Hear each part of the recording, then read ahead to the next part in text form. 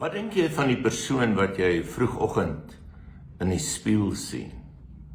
Die asem is nog nie lekker nie en die hare is nog te mekaar. Wie is jy? Hoe dink jy oor jouself? Het jy al ooit gedink dat jy heilig is? Ek dink nie ons dink so vroeg in die oggende aan dat ek heilig is nie. Maar God sien ons anderste, dikwels anderste as wat ons onsself sien. 1 Petrus 2 vers 1 tot 10 verwoord Petrus iets van hoe God ons sien, en dan veral vers 9. Maar julle is 'n uitverkore volk, 'n koninklike priesterdom, 'n nasie wat vir God afgesonder is, die eiendomsvolk van God, die volk wat die verlossingsdade moet verkondig van hom wat julle uit die duisternis geroep het na sy wonderbare lig.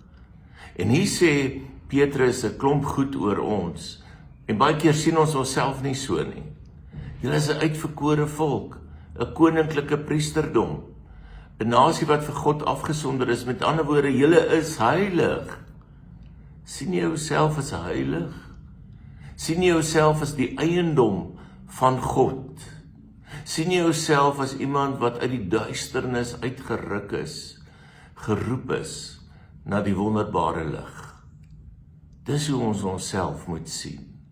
En nou kan ons baie oor daardie gedeelte sê. Maar kom ons staan net vanoggend stil by die koninklike priesters. Dink hieroor. Jy, heilige volk van God, wat geroep is deur die Here, jy moet ook 'n priester wees. En om te verstaan hoe ons 'n priester moet wees, moet ons gaan kyk wat die taak van die priester was in die Ou Testament. In die Ou Testament was priesters mense wat spesiaal deur God afgesonder is, om tussengangers tussen God en die volk te wees. Hulle het toegang tot God gehad. Hulle kon na God toe gaan en met God praat oor die mense, oor hulle behoeftes, oor hulle sondes. En anderzijds het God weer met hulle gepraat oor sy wil vir sy volk, sodat die priesters nie net die mense se mondstuk by God was nie, maar ook God se mondstuk by die mense. Hulle was verantwoordelik vir die offers. Daarom is hulle gesalf. Daar's olie oor hulle koppe uitgegiet as teken daarvan dat hulle toegerus is vir hulle taak en dat hulle taak aanvaar het. Nou is die merkwaardige dat jy ook, net soos die priesters van ouds, deur God uitgekies is en aangestel is om 'n priester vir hom te wees. So watter offers moet ons as heilige priesters in Christus vir God bring? Romeine 12 vers 1 help ons daarmee. Gee julle self aan God as lewende en heilige offers, wat vir hom aanneemlik is. Dis die begin. Die skrywer van Hebreërs herinner ons ook aan ander offers wat vir die Here aanvaarbaar is, die van lof en diens. Hebreërs 13 vers 15 en 16. Laat ons dan onophoudelik deur Jesus aan God 'n offer van lof bring. Die offer van lof wat aan hom gebring word deur die lippe wat sy naam bely. Moenie nalat om goed te doen en mededeelsaam te wees nie, want dit is die offers wat vir God aanneemlik is. En verder het ons ook die taak as priesters, as koninklike priesterdom. Koning Jesus se priesters in die wêreld, om tussen God en die wêreld te staan, om namens God voor die wêreld te staan, en ook namens die wêreld voor die Here te staan. God wil hê dat ons sy verlossingsdade moet aankondig, sê vers 9 van 1 Petrus 2. Daarom is ons priesters in hierdie wêreld. Ons het die bevoorregte posisie dat ons ook toegang het tot God, om met hom te kan praat in gebed. Hy praat met ons deur sy woord en nog 'n klomp ander maniere.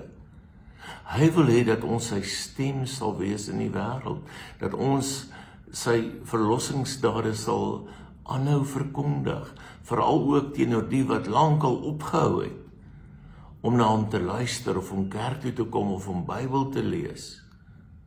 God wil hê dat ons by hierdie mense sy stem moet wees, om daardie mense terug te roep na hom toe, om hulle weer net te bewus te maak van wie hy is. Ons moet God se stem wees, om hulle bewus te maak van sy liefde en sy genade vir hulle.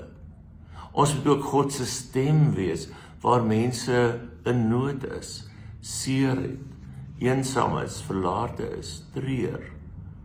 Daar moet ons God se teenwoordigheid indra by mense wat hom so nodig het.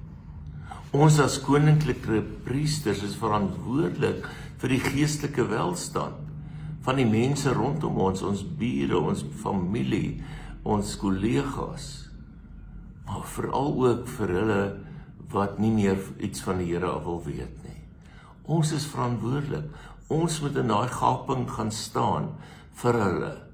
Ons is die boodskap wat die wêreld moet hoor. Dit spreek natuurlik van self dat jy nie God se stem kan wees as jy nie met die Here praat in jou binnekamer nie. Na God se woord luister.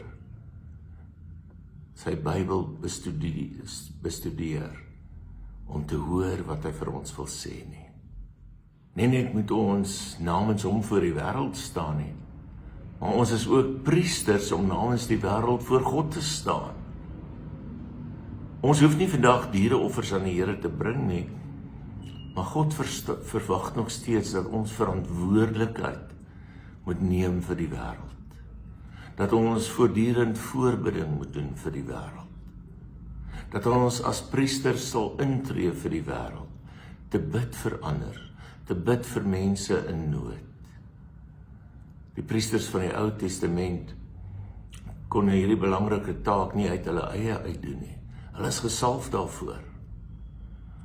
Die Here het ons gesalf met sy Heilige Gees om vir ons hierdie heerlike maar ook verantwoordelike werk aan ons toe te vertrou en ons met die Heilige Gees toe te rus. Jy, heilige kind van God, ook sy priester, is jy bereid om vir 'n stikkende wêreld voor God te gaan staan en om elke dag vir nuwe genade vir hierdie wêreld te pleit? Dis 'n geweldige verantwoordelikheid. Maar die Here het jou uitgekies om sy priester te wees. Hy wat jou ook heilig noem. Is jy bereid om daardie priesteramp op te neem? Amen. Kom ons bid saam. Dankie Here dat U ons juis uitverkies het. Nie maar om ledig rond te sit nie, maar om U eiendomsvolk te wees in 'n wêreld wat U so nodig het. Ons kom vandag, Here, en ons kom staan namens U in vir die wêreld. Help ons om steeds U verlossingsdade te verkondig. Maar ons kom staan ook as wêreld voor U.